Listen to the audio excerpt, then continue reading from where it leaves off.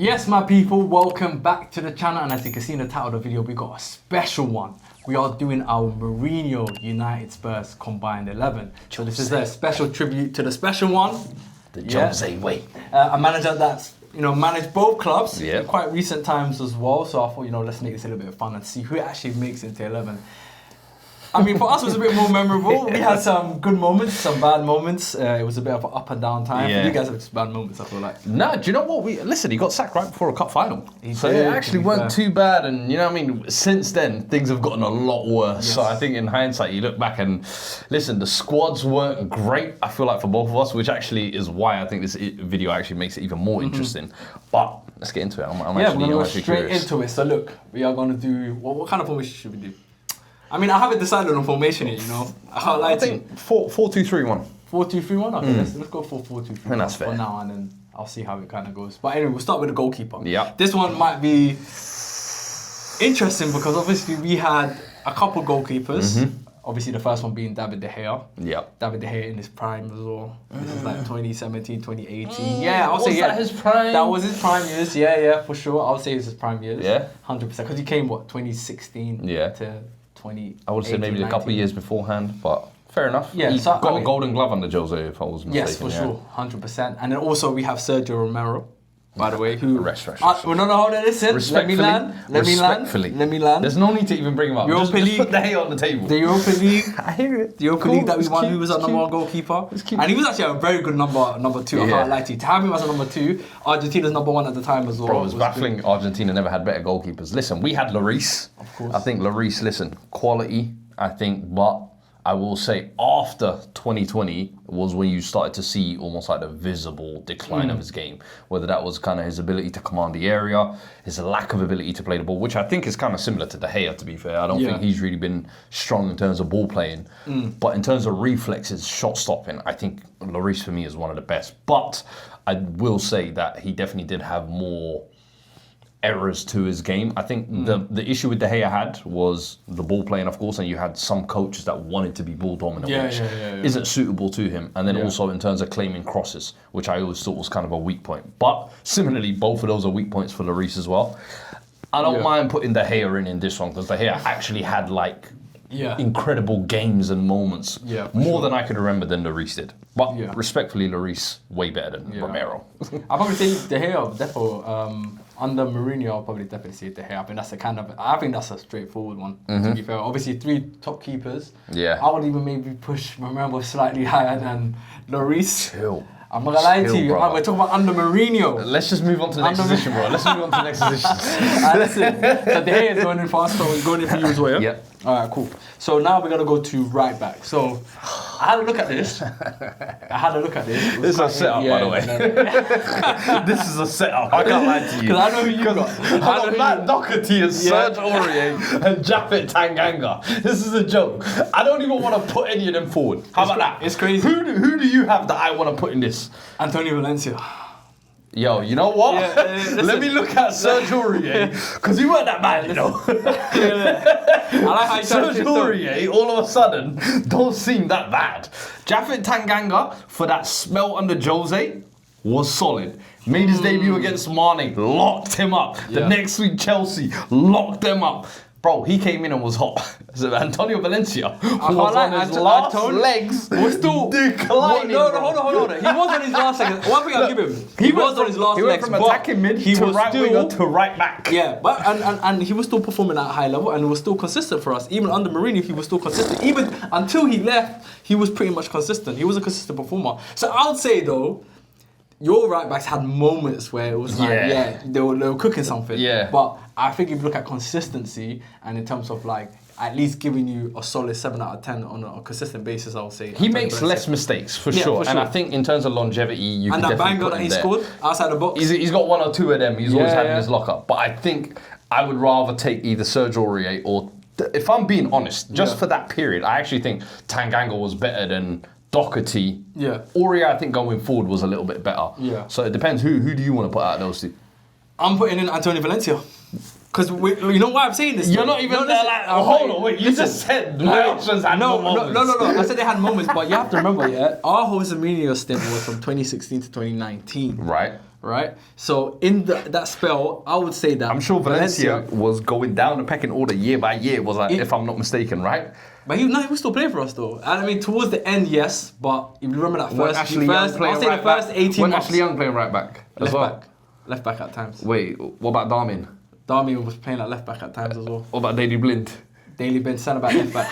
Yo! I'm catching you here! We're doing right back though. Yo, I know! We're doing right back though. That's how I don't know why you're picking up the guys that are left back. He was sharing his minutes with a lot of guys. You know what I'm saying? Darmian is one of them that he was sharing minutes with, for sure. You know what I mean? Ashley Young, Phil Jones when he was every once in a while would slot in there as well. More centre back. You know what I mean? But hey, listen. I'm putting up Antonio Valencia. That's nasty work. Who are you going to put up?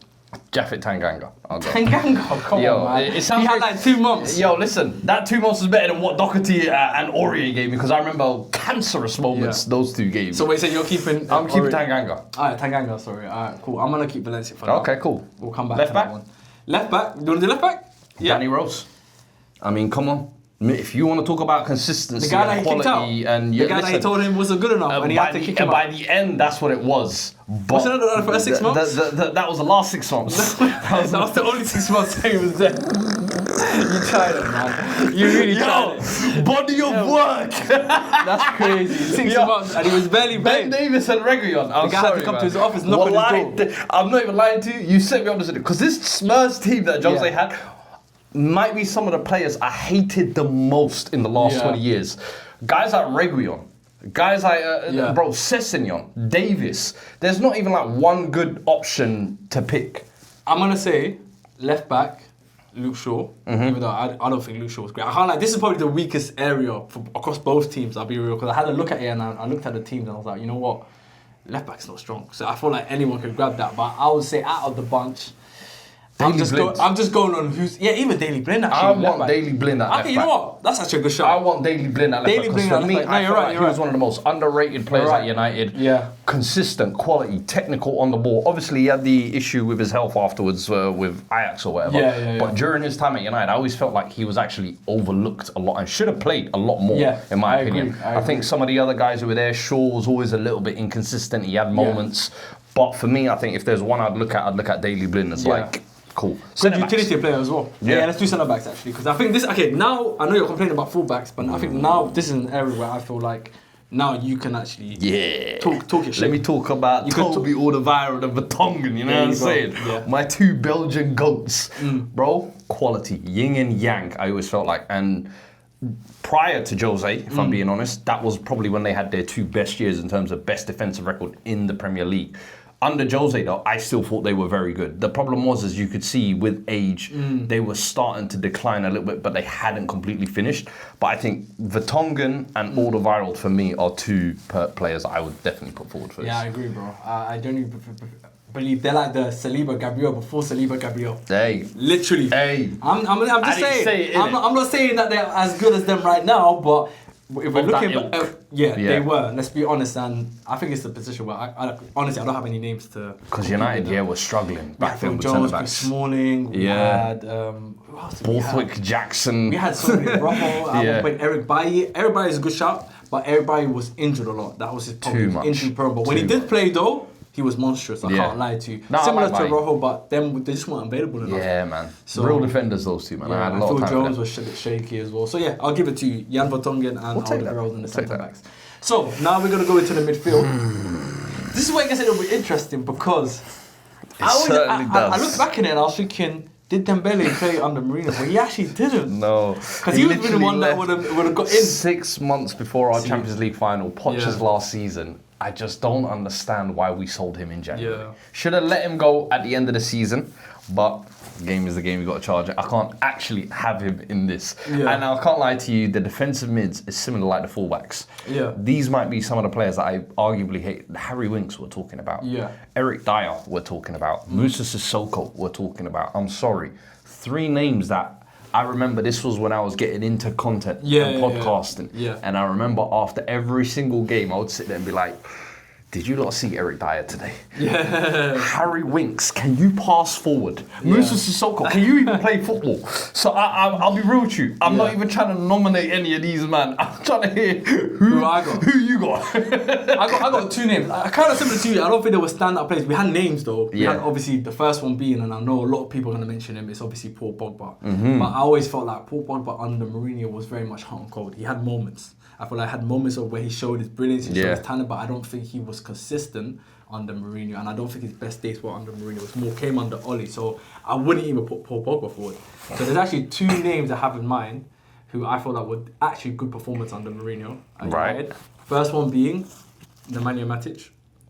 I feel like when he arrived, I think he was solid, consistent, and he did the job. Yeah. Also, no, he was just probably at his peak or just past his peak. Yeah. We got him from Chelsea. He wasn't a start at Chelsea.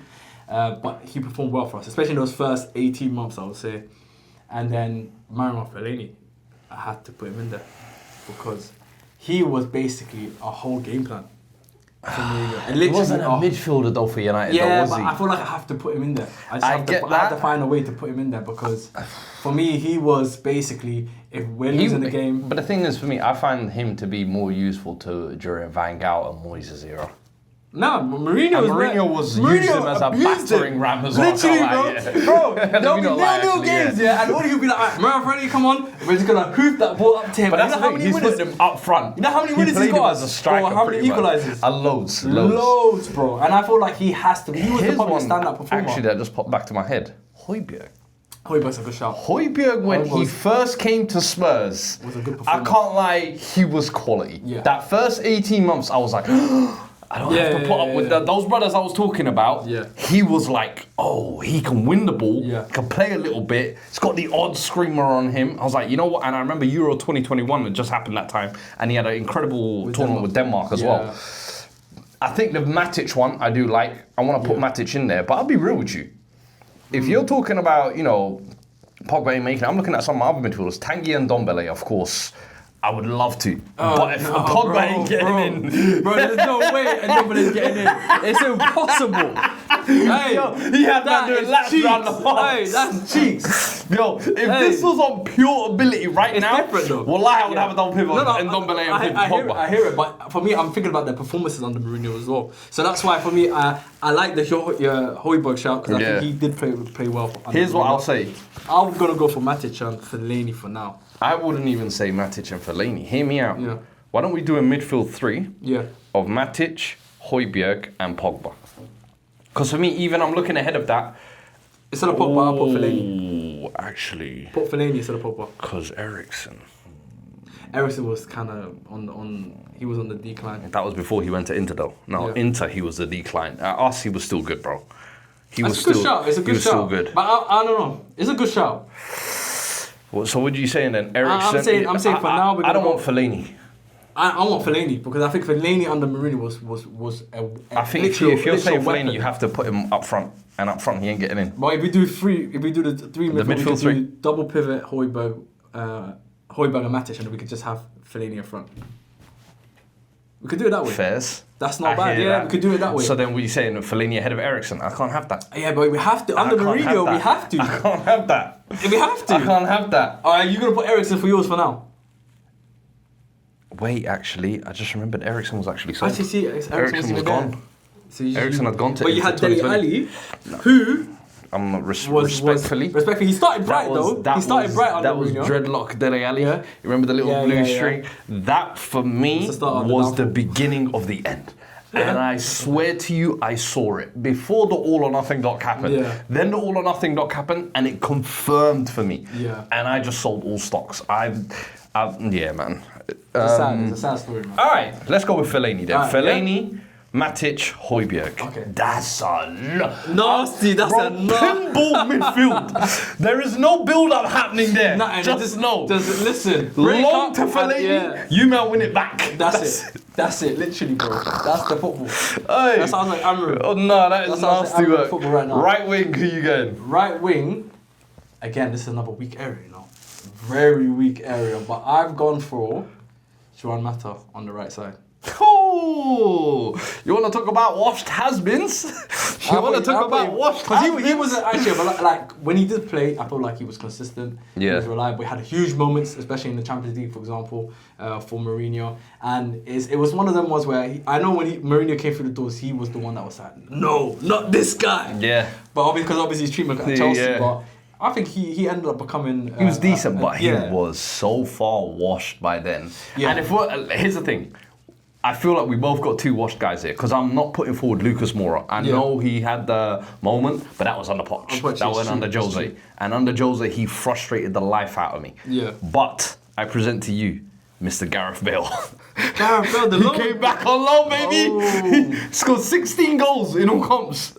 Like, he actually contributed and played a part. The problem was we were still holding him to the standard of his Real Madrid, what he was at Spurs, and physically, he was never going to be that. Yeah. However, when he could play, when he could give you minutes, he gave us moments. He gave us something. Even if it was battering Marin and all these random clubs in the Conference League. No, that's a good shot. I'll take it. I like that. I would rather take Gareth Bale over Juan Mata person. I'll go with that. Yeah, that's a good shot. I like that. Because when you look at the numbers, to be fair, 16 goals in the season. Bro.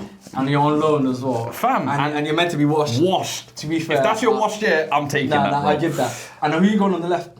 I feel like it's kind of easy now, straightforward. Sir, Son Heung-min, the captain that lifted a trophy at Tottenham. You could argue he was the best performer under Mourinho across both teams.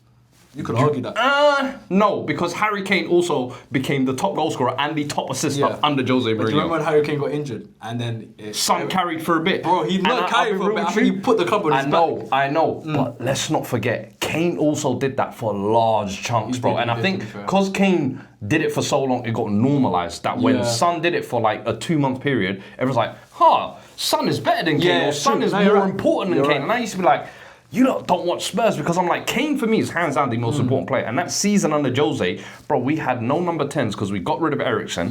Dele Alli was on the decline. Giovanni Lo Celso hadn't really settled. This guy said, you know what, forget the number 10 position. I'll be the 10 and I'll be the number 9. Answered both. For me, Son Heung-min on the left, Kane up front. It's a Spurs front lock. I had to think about Rashford as well, I'm not going to lie. I did think about Rashford. Respectable, honourable mention. But just like Pogba, I always felt like he had moments, he weren't consistent. And I feel like his best days also came under Oli. So that's why, for me, Heung-min Son on the left side is just a easy, clear standout. Easy, clear standout. And then obviously, up front, we're going to have to go with Harry Kane. Sir Harry. However, there is a name I do feel like I have to mention as well, though. Odion Igalo. Zlatan. He was on the Oli. What are you talking about, bro? Okay. Zlatan Ibrahimovic.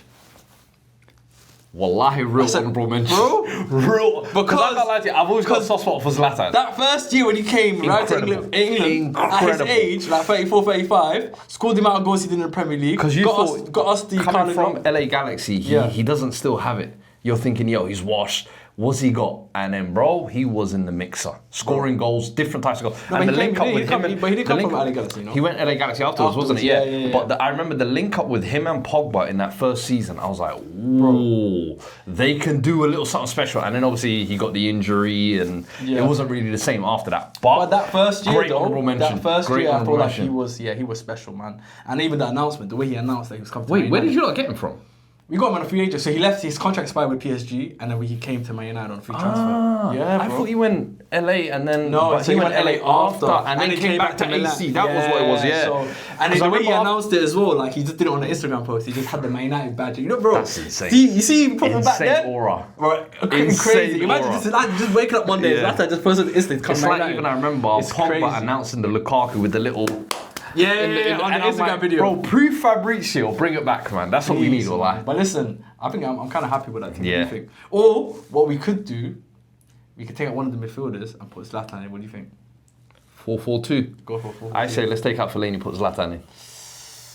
Let's have Højbjerg and Matic as two dogs in midfield. 4-4-2 ting. Gareth Bale on the right, Son Heung-min on the left. Zlatan Ibrahimovic, Harry Kane, and you know what? Harry Kane's perfect because he can drop in that 10 role. How about we take out Højbjerg? Nah. Take out Højbjerg. Nah. chill. Fellaini's not needed. If we got Zlatan, what do we need Fellaini for? The hold-up player, link-up player. We got Zlatan. No, I'm just saying, just in terms of performances. Forget Kane. that. Just in terms of performances. Højbjerg, wallahi, I can't lie to you, Højbjerg was incredible. After, when Jose left, Højbjerg became a disaster. Yeah. But Højbjerg, Jose, I gotta give him his dues, he was a warrior. I can't leave Fellaini out. That's the problem. I'm sorry. I can't leave Fellaini out. As much as I respect Fellaini for what he was, Yeah. no United fan loved how they used him. We'll take Fellaini out, Yeah. and we're going to put in Zlatan. But I like right back, we need to decide on the right back situation. I'm still going with Antonio Valencia. You know what? Because we've done that, I'll give you Antonio Valencia. I like that. So I'm gonna review the team now. So we got David De Gea in goal. Right back Antonio Valencia. Centre backs. Obviously Alderweireld, Van Tongen. Then left back Daley Blind. Then our double pivot is going to be Højbjerg and Matic. Yeah. Right wing Gareth Bale. Left wing, Son Heung-min. Yeah, Son Heung-min, and then up front Zlatan and Hurricane. I like that. Can't like that. That ain't too bad, you know. Could have been worse. Where do you think that finishes in the league if they were playing today? Everyone's in their prime. Oh, in their prime, they win the title. Yeah, Bro, prime Kane, prime Zlatan, prime Alderweireld, prime Vertonghen, prime De Gea, prime Bale, prime Son. Come on, bro. That's demonic. That's what Fergie wanted. I can't like the back four might be a little bit. Do you know what it is? It's the fullback areas. Yeah, the fullback areas might be exposed. Daily Blind and Valencia. They might be exposed a little bit. But there you have it, guys. If you obviously agree or disagree with some of our picks, or you have better suggestions, or anyone you think that we left out, please let us know in the comments. And also make sure to check out Fuad's channels where he's got a lot of good content coming. He's got a lot of good content on there right now as we speak. So make sure to check that out. And until next time, peace. Peace.